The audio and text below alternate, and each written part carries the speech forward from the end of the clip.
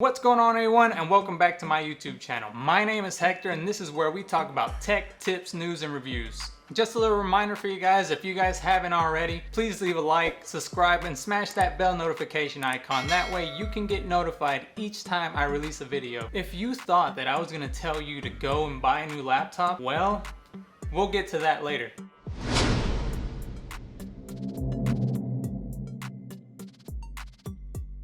But before you put your phone down and actually go buy a new laptop or PC, let me tell you about the top 3 methods that you can do to your computer to make it run like new. Let's go. If the problem with your computer is that you can't open several programs at once, then your issue is RAM. What is RAM, you might be asking? RAM stands for Random Access Memory. It's memory that's available to access at any random time. RAM is the most popular culprit when it comes to system speed. Well, I'm here to tell you they're wrong. Yes, you heard what I said. RAM has nothing to do with how fast the system performs. Just because you have 16, 32, 64, or even 128 gigs of RAM, that does not mean that your system is faster than another computer that only has 8 gigabytes of RAM. So if RAM isn't for speed, what is it used for? RAM holds data for active applications. In fact, the more RAM you have, the more applications you can have open simultaneously. If you're someone that has Netflix or Spotify open while also having 10 to 20 Chrome tabs, a few spreadsheets on the side, all while gaming at the same time, you're gonna need more RAM.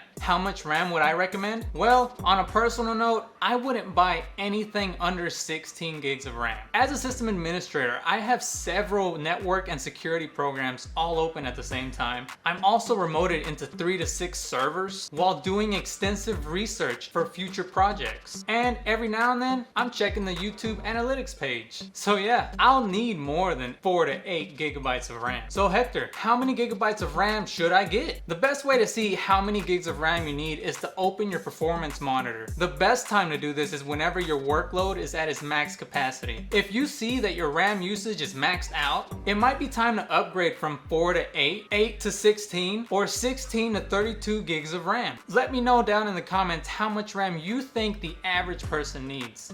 Let's move on. Now, the next method I'm gonna mention is probably going to trigger some people. Reinstalling your operating system. Sometimes you just gotta start from scratch. Over time, users will install software that they only use one time and never touch it again. The issue is that most users don't know exactly what they are downloading or if the website that they are downloading it from is even legit. Now, if you don't know what an operating system is, I'll leave a link in the description area to my last video. And while you're at it, hit the like, subscribe, and smash that bell notification icon. That way you can get notified every single time I release a video. Let's move on. Microsoft actually recommends that you reinstall your OS once a year. If your system has slowed down and isn't speeding up no matter how many programs you uninstall, you should probably consider reinstalling the OS. Reinstalling the OS may be a faster way to get rid of any issues like malware and system issues like corrupt files than actually troubleshooting or repairing the specific problem.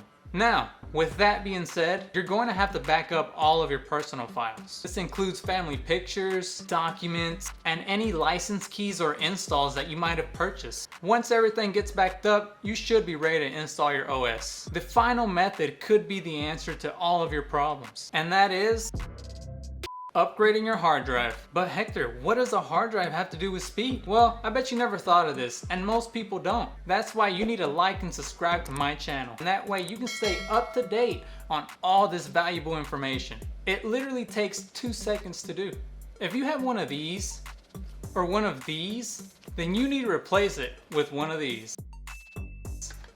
Now, what I have here is a 3.5 HDD and a 2.5 HDD. You might be wondering what HDD stands for. It just stands for hard disk drives. Now, if you take your laptop or PC apart and you find out that one of these bad boys have been in there the whole time, well, get rid of them. Switching to a solid state drive like this will increase your speed dramatically. A normal hard disk drive can copy data anywhere from 30 to 150 megs per second, while a standard solid state drive can do the same job at nearly 500 megabytes per second. I have literally seen computers that have gone from 25 to 45 minute boot time, and that's just to get to the login screen. And when I replace it with a solid state, it's the fastest computer in the company, with boot times anywhere from 30 seconds to 3 minutes. That's a big difference. All you have to do is make sure that you buy an SSD with the storage that either matches or is greater than the one that you currently have. I'll leave a link down in the description area to the solid state drive that I use for all of my hard drive replacements. And that about wraps it up for this video. If you haven't seen my last 2 videos, I'll leave links on the screen. They should be right around my head. Just click them, you won't regret it. If you have any questions, comments, or ideas on what you would like me to talk about, then leave a comment down below. I just want to take the time to thank you guys for joining me today. And also, if you haven't already, leave a like, subscribe, and smash that bell notification icon. That way you can get notified every single time I release a video. I'll see you guys next time. No. You want me to do that? Just catch this one, forget about this one. Get rid of them. Ah, I feel like I made a dumb face.